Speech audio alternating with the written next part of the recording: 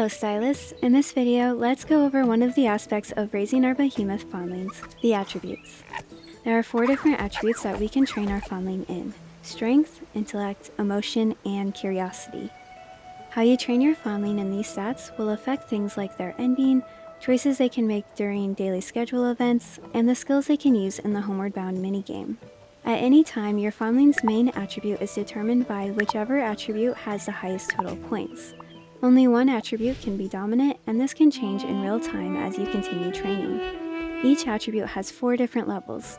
We start in level C for each, and then progress to B, A, and then S as we train our fawnling in these attributes. You'll need to gain points in the attribute in order to raise it to the next level. Raising the points to 500 will get the attribute to level B.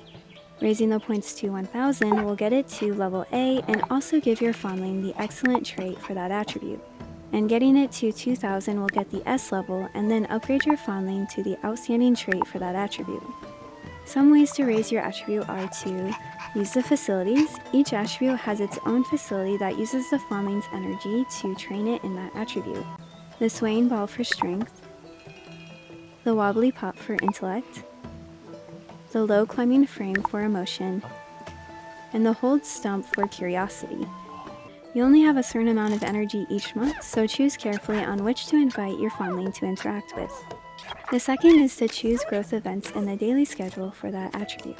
These will use mood to access events that will reward points in that attribute, and you can only choose 4 growth or companion events each month, and you're also limited by the amount of mood you have, so this is another one to choose carefully based on your goals. As you gain more points, more types of events will unlock that will reward higher amounts of attribute points. In the daily schedule, there are also other events that will randomly come up that can give points for attributes.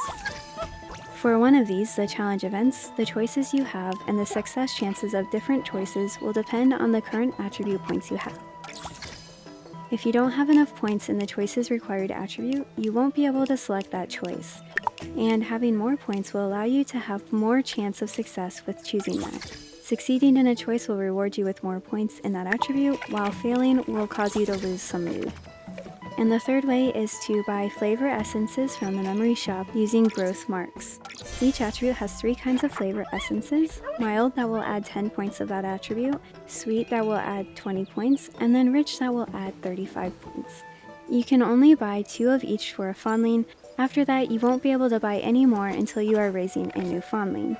Then to use them, you'll just need to go to your feeding time screen, where you can add them to your main dish, which will feed them to your fawnling and allow you to gain the points.